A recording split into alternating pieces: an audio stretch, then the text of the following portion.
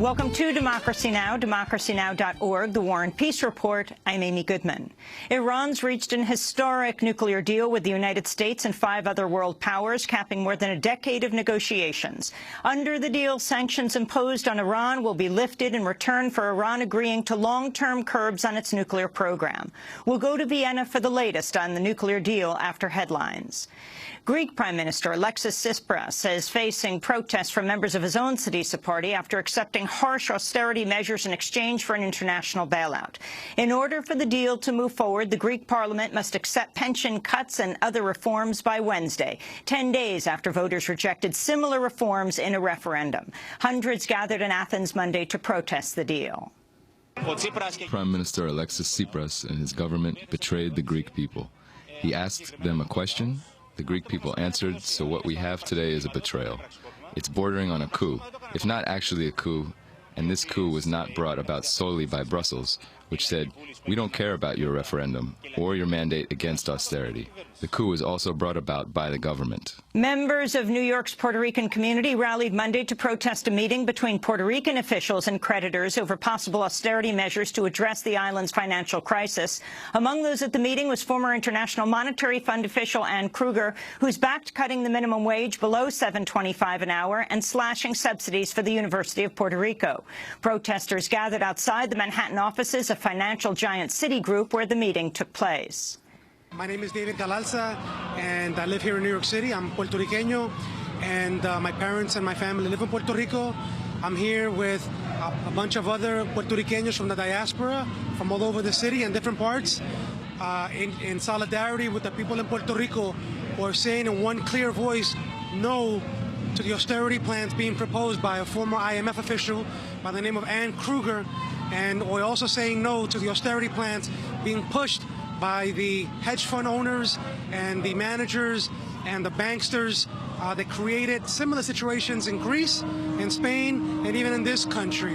The Saudi-led bombing campaign against Houthi rebels in Yemen has continued to claim civilian lives despite a UN-brokered truce. On Monday, an airstrike killed 25 civilians in the capital, Sana'a. Oxfam, meanwhile, is warning fuel shortages caused by the Saudi-led blockade of Yemen could claim even more lives than the bombing itself. In Nigeria, newly elected President Muhammadu Buhari has fired all the top military leaders and appointed replacements after a series of attacks by the militant group Boko Haram. 2 of the fired officials have been accused by Amnesty International of presiding over war crimes. 2 alleged senior leaders of the self-proclaimed Islamic State were reportedly killed Monday in an airstrike in northern Syria. The Syrian Observatory for Human Rights said it believed the attack was carried out by U.S.-led coalition forces. President Obama's granted clemency to 46 prisoners, including 14 who face life without parole, more than doubling the number of sentences he's commuted since taking office. Many of the commutations went to crack offenders. We'll have more on Obama's push for prison reform later in the broadcast. The Pentagon's taking steps to allow transgender people to serve openly in the military by early next year. Calling the ban outdated, Defense Secretary Ash Carter said he would appoint a working group to examine the impact of lifting it. Meanwhile, the Executive Committee of the Boy Scouts of America has unanimously backed a resolution to end a blanket ban on gay adult leaders. The measure still needs to be ratified by the National Executive Board later this month. Filmmaker Laura Poitras, who won an Oscar for her film Citizenfour about Edward Snowden, is suing the U.S. government to find out why she's been detained, searched, and interrogated more than 50 times at airports. The interrogations took place over 6 years, beginning in 2006, when Poitras finished her documentary My Country, about post-invasion Iraq. Poitras said she was suing, quote, in support of the countless other less high-profile people who've also been subjected to years of Kafkaesque harassment at the borders. New York City's reached a deal to pay the family of Eric Garner $5.9 million, avoiding a potential lawsuit, almost exactly 1 year after Garner died following a police chokehold. On July 17, 2014, New York City police accused Garner of selling loose cigarettes in Staten Island. Officer Daniel Pantaleo pulled him down by the neck, then officers piled on top of Garner, who said, "I can't breathe," at least 11 times before he died. A grand jury declined to indict Pantaleo. Meanwhile, a Staten Island woman has filed a lawsuit saying police assaulted and falsely arrested her in retaliation for filming Garner's arrest. According to the New York Daily News, Taisha Allen says police threw half her body over a fence and twisted her arms after calling her, quote, that B word that filmed the Eric Garner video. Ramsey Orta, who also filmed Garner's arrest, has been arrested multiple times and claims police are harassing him. In Stonewall, Mississippi, another unarmed African-American man was allegedly strangled to death by a white police officer in a case being compared to Eric Garner's. Attorneys for the family of 39-year-old Jonathan Sanders told the Jackson Free Press Sanders was driving a horse-drawn buggy Wednesday night when he was pursued by Officer Kevin Harrington.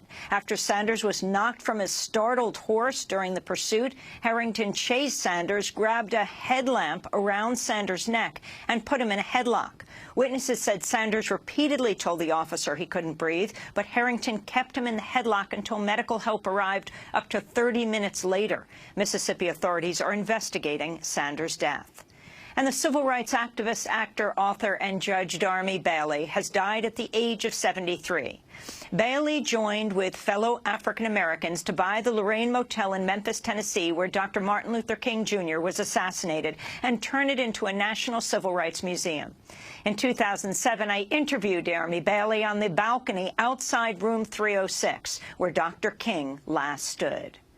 So it's not a museum that celebrates Dr. King. It's a museum that celebrates the spirit of a movement. And so we have the exhibits on Selma and on Montgomery and on the Freedom Summer of 1954, and we have the exhibit on the courage of the 9 black children at Central High School in Little Rock who braved the mobs to desegregate that school, and James Meredith's singular courage to desegregate the University of Mississippi, and of course, finally, this tragic event that occurred here on April 4th of 1968. Darmi Bailey died Sunday in Memphis after a battle with cancer. He was 73 years old. To see the full interview with him at the Lorraine Motel in 2007, you can go to democracynow.org. And those are some of the headlines. This is Democracy Now!, democracynow.org, The War and Peace Report. I'm Amy Goodman.